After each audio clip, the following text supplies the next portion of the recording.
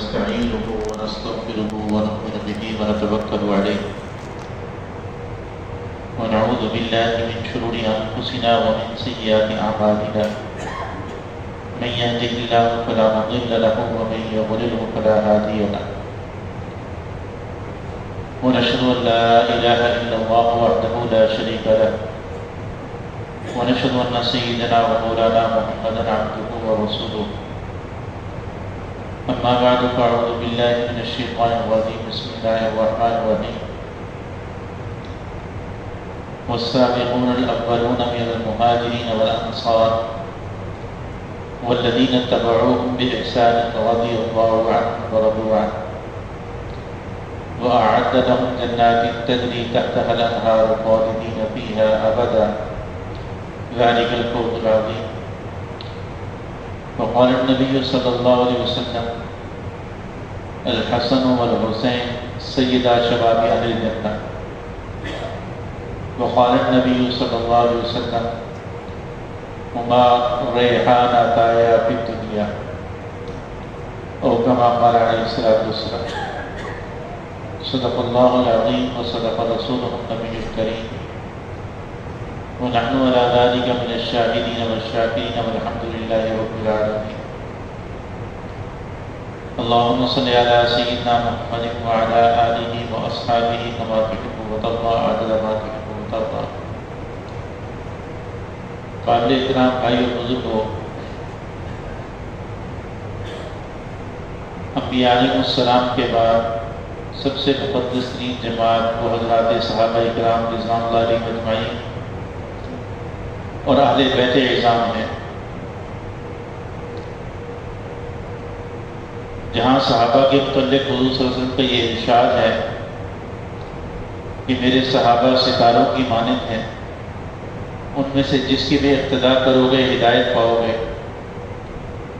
وہیں اہل بیت کے متعلق حضور صلی اللہ علیہ وسلم کا یہ ارشاد بھی ہے کہ میرے اہل بیت کی مثال کشتی نوح کی مانند ہے، جو ان میں سوار ہو گیا وہ بچ جائے گا، جو ان سے رہ گیا وہ ہلاک ہو جائے گا. تو اس لیے اہل سنت والجماعت کے ہاں حضرات صحابہ کرام رضوان اللہ علیہم اجمعین اور اہل بیت اعظام، ان سے محبت رکھنا، ان سے عقیدت رکھنا اور ادب و احترام کا تعلق رکھنا یہ ایمان کا تقاضا ہے.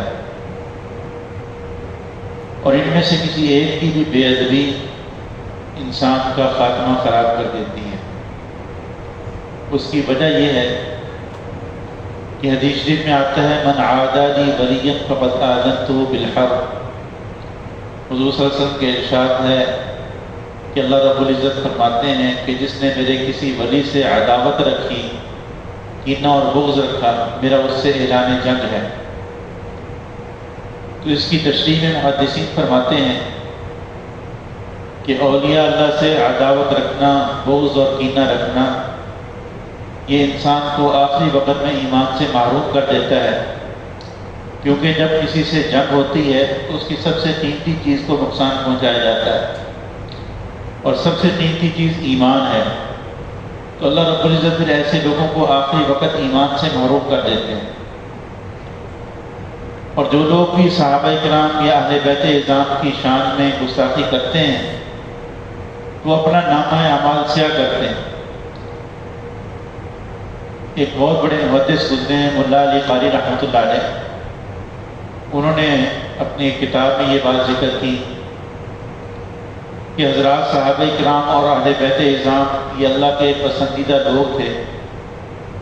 اب ان کے دنیا سے چلے جانے کے بعد جو لوگ ان پہ تان و تشنیع کا انہیں نشانہ بناتے ہیں، یہ اپنی نیکیاں ان کے کھاتے میں ڈال رہے ہیں. اللہ تعالیٰ نے ان کے رفع درجات کے لیے اور مزید نیکیاں ان کے کھاتے میں ڈالنے کا یہ سامان بنا دیا، اور ان کی نیکیاں ان کے کھاتے میں جا رہی ہیں اور یہ اپنا نامہ اعمال سیاہ کر رہے ہیں، اور ہر آنے والے دن یہ جہنم کے قریب ہو رہے ہیں.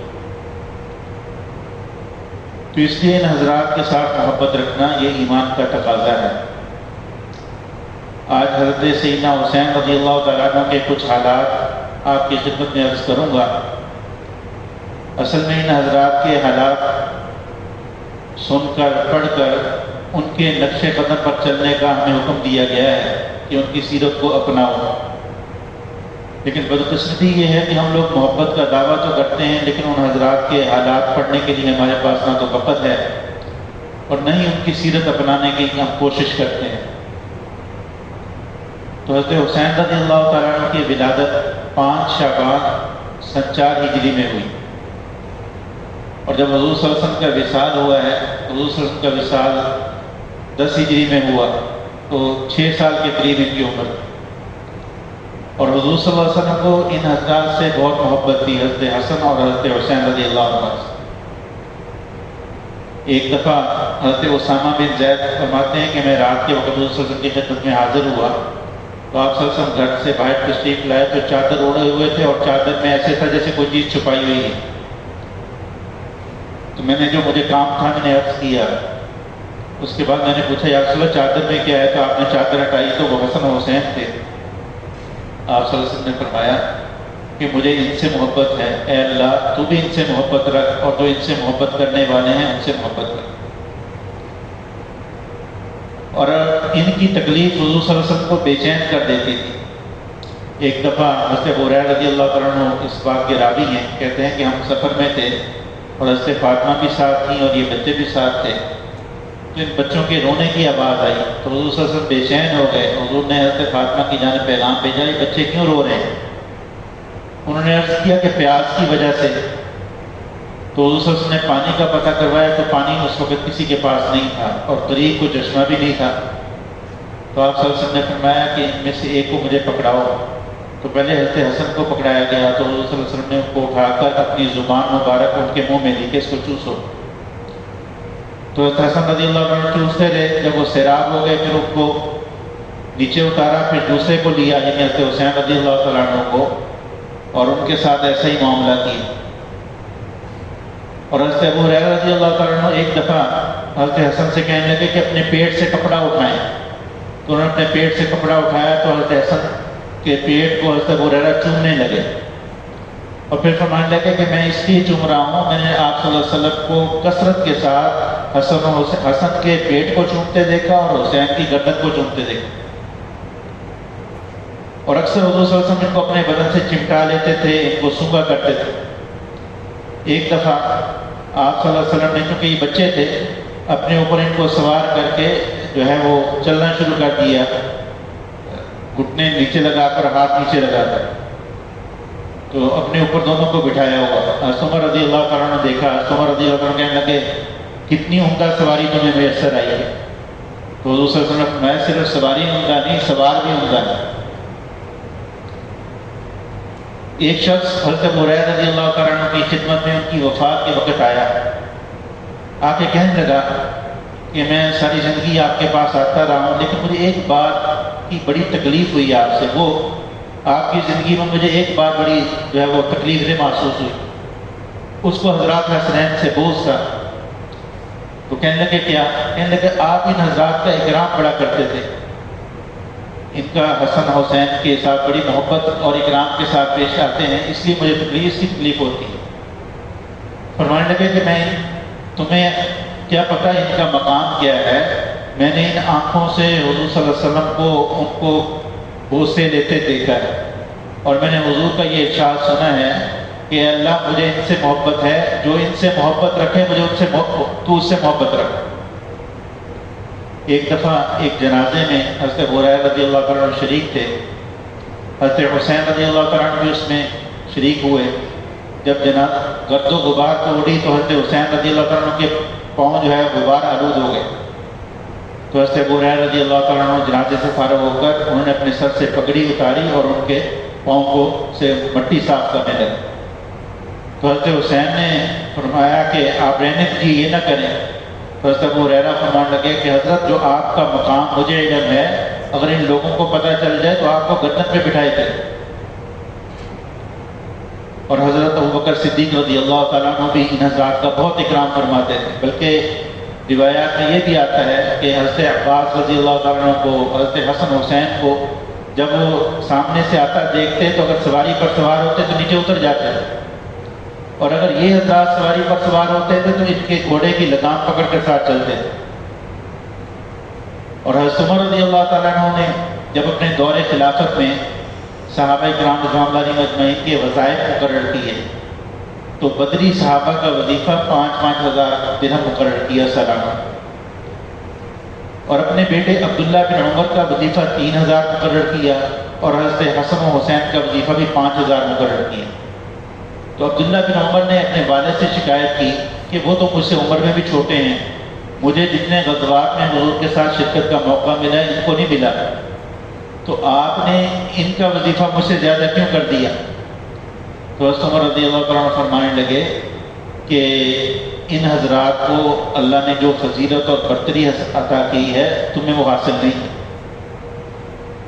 ایک دفعہ حضرت عمر رضی اللہ تعالیٰ عنہ نے پیغام بھیجا کسی حضرت حسین رضی اللہ تعالیٰ عنہ سے کہ آپ آئیں اور مجھ سے ملاقات کریں۔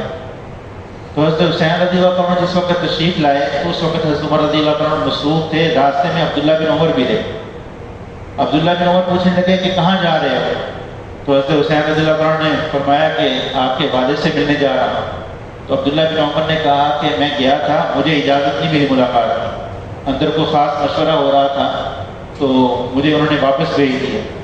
تو حضرت حسین رضی اللہ عنہ کے دل میں یہ آیا کہ جب بیٹے کو اجازت نہیں ملی تو مجھے بھی اجازت نہیں ملنی، تو میں بھی واپس چلتا ہوں۔ جب واپس چلے گئے تو پھر اگلے دن حضرت عمر رضی اللہ عنہ نے دوبارہ بلوایا اور پوچھا آپ آئے نہیں، میں نے آپ کی خدمت میں پیغام بھیجا تھا۔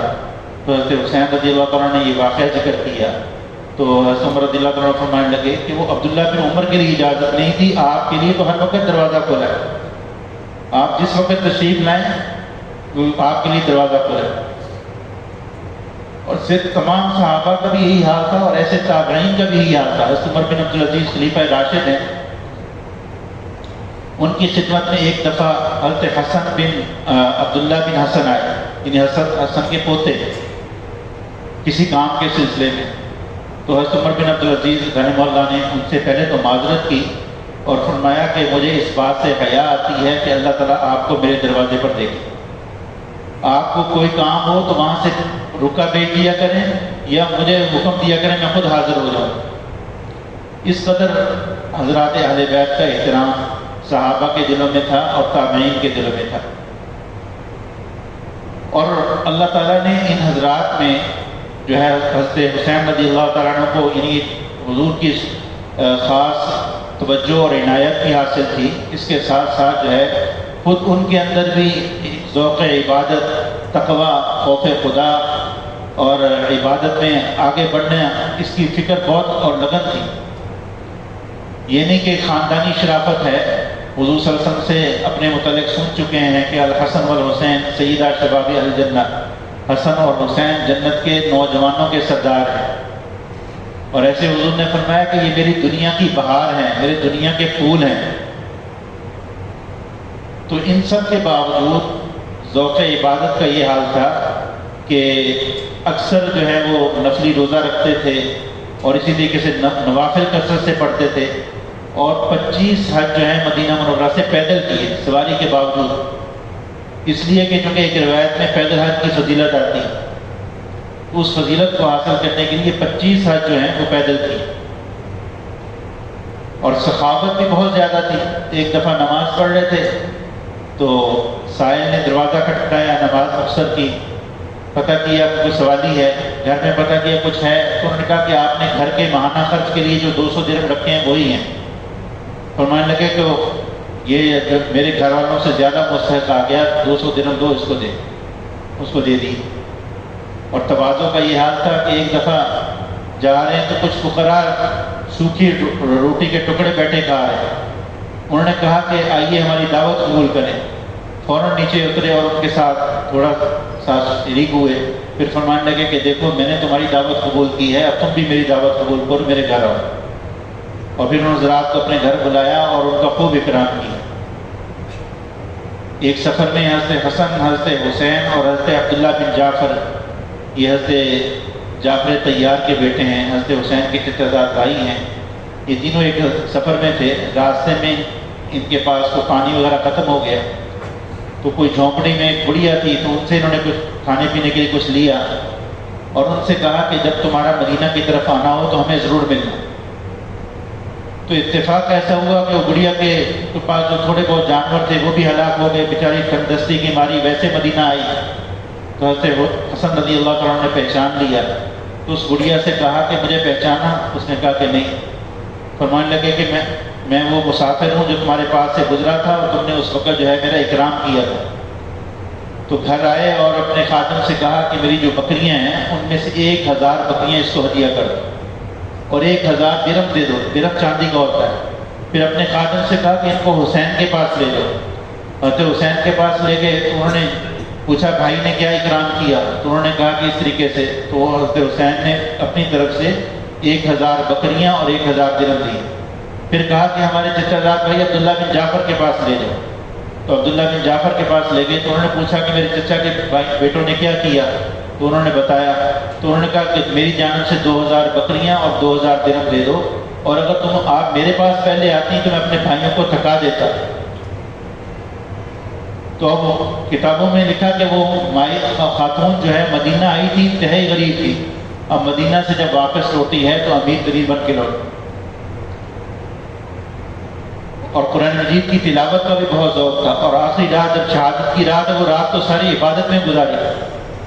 اور حضرت حسین رضی اللہ تعالیٰ عنہ کے کچھ اشعار بھی آتے ہیں، ان میں سے ایک شعر کا ترجمہ یہ ہے کہ اگر یہ بدن موت کے لیے پیدا ہوا ہے تو پھر اللہ کے راستے میں شہید ہونے سے بڑھ کر کوئی انعام بہتر کوئی چیز نہیں، اور اگر انسان کا رزق جو ہے وہ طے ہو چکا ہے تو پھر رزق کے لیے زیادہ کوشش کرنے کی انسان کو ضرورت نہیں، بلکہ آخرت کے لیے زیادہ کوشش کرے۔ تو اللہ رب العزت نے ان حضرات کو بہت مقام عطا فرمایا تھا، تو ان کی سیرت سے ہمیں رہنمائی دینی چاہیے۔ اب ان سے محبت صرف زبانی نہ ہو، دیکھنا یہ ہے کہ ان حضرات کو اتنے فضائل بھی تھے، خاندانی وجاہت بھی تھی، اور اللہ تعالیٰ نے خود ذاتی صفات سے بھی نوازا تھا، حضور صلی اللہ علیہ وسلم کے شکل و صورت کے بھی مشابہ تھے، لیکن اس کے باوجود اللہ کی جستجو، اللہ کا خوف اور فکر آخرت ان پر اتنا غالب تھا کہ کوئی لمحہ اپنا ضائع نہیں کرتے تھے۔ اور ہمارا حال یہ ہے کہ ہم بالکل تہی دامن ہیں اور آخرت سے بالکل غافل ہیں۔ حضرت حسین رضی اللہ عنہ کے خوف خدا کا قصہ حضرت حسن بصری راوی ہیں، فرمانے لگے کہ ایک دفعہ میں رات کو بیت اللہ میں گیا تو دیکھا کہ ایک شخص سجدے میں گرا ہے اور رو رہا ہے بہت زیادہ، اور کہہ رہا کہ مجھے نہیں معلوم کہ میری ان آنکھوں نے اللہ کا دیدار کرنا ہے یا جہنم میں ڈالی جائیں گی، یہ نہیں معلوم کہ میری زبان جو ہے وہ جنت کی نعمتیں چکھے گی یا جہنم کے کڑوے جو ہے وہ کانٹے اس کو کھانے پڑے گے۔ کہتے بہت بلک کے رو رہے۔ میں نے دل میں سوچا پتہ نہیں کتنا گنہگار آدمی ہوگا، میں انتظار میں کھڑا ہو گیا کہ جب یہ سجدے سے سر اٹھائے گا تو اس کو میں تھوڑی سی تسلی دوں گا کہ اللہ کی رحمت بہت وسیع ہے۔ تو کہتے جب وہ سجدے سے سر اٹھایا انہوں نے تو دیکھا تو سیدنا حسین رضی اللہ تعالیٰ عنہ، تو میں قدموں میں گر گیا۔ میں نے کہا حضرت آپ کے اندر اتنا، آپ ایسے کیوں رو رہے ہیں؟ تو فرمانے لگے کہ حسن، جب یہ آیت اتری وَأَنذِرْ عَشِيرَتَكَ الْأَقْرَبِينَ، حضور صلی اللہ علیہ وسلم سے کہا گیا کہ آپ اپنے رشتہ داروں کو اللہ کے عذاب سے ڈرائیں، تو حضور صلی اللہ علیہ وسلم نے حضرت فاطمہ سے کو بلایا اور فرمایا کہ فاطمہ، دنیا میں جو مجھ سے مانگنا چاہتی ہو مانگ لو، آخرت میں اگر ایمان اور عمل صالح نہیں ہوں گے تو میں کچھ کام نہیں ہوں۔ تو جو ہے اگر میرے پاس کچھ ہوگا تو آخرت میں کام آئے گا۔ یعنی یہ حضور صلی اللہ علیہ وسلم سے بشارت سننے کے باوجود جو ہے ان کو اتنا خوف خدا تھا اور فکر آخرت تھی۔ تو ہمیں بھی اپنے اندر جو ہے ان حضرات کے واقعات پڑھ کر اپنے اندر ان صفات کو پیدا کرنے کی کوشش کرنی چاہیے، اور ان حضرات سے حقیقی محبت یہی ہے کہ ان کے نقش قدم پہ چلا جائے، ان کی سیرت کو اپنایا جائے۔ جیسے ان کو ذوق تلاوت تھا، ذوق عبادت تھا، تو ہم بھی اپنے اندر یہ چیزیں پیدا کریں، آخرت میں کام آنے والی یہی چیزیں۔ اور ان حضرات کے لیے اصالہ ثواب کے لیے کوئی مخصوص دن نہیں ہونے چاہیے، بلکہ ہمارا کوئی دن بھی ان کے لیے اصالہ ثواب سے خالی نہیں ہونا چاہیے۔ ان حضرات کا ہم پر اتنا احسان ہے کہ آج ہمیں جو ایمان کی دولت ملی ہے وہ صحابہ اور اہل بیت کے صدقے ہیں۔ ان حضرات نے قربانیاں دی، اپنی جان، مال، عزت، ہر چیز قربان کر دی اسلام کے تحفظ کے لیے، اسلام کی اشاعت کے لیے۔ تو ہمیں روزانہ اللہ تعالیٰ توفیق دیں، جو کوئی نیکی کی تو اس میں ان کے لیے اصالہ ثواب کا اہتمام کرنا چاہیے، تو اس سے جو ہے انشاءاللہ ہمارا خاتمہ ایمان پہ ہو۔ اللہ تعالیٰ سے دعا ہے اللہ تعالیٰ ہمیں عمل کی توفیق نصیب فرمائے۔ وآخر دعوانا الحمدللہ۔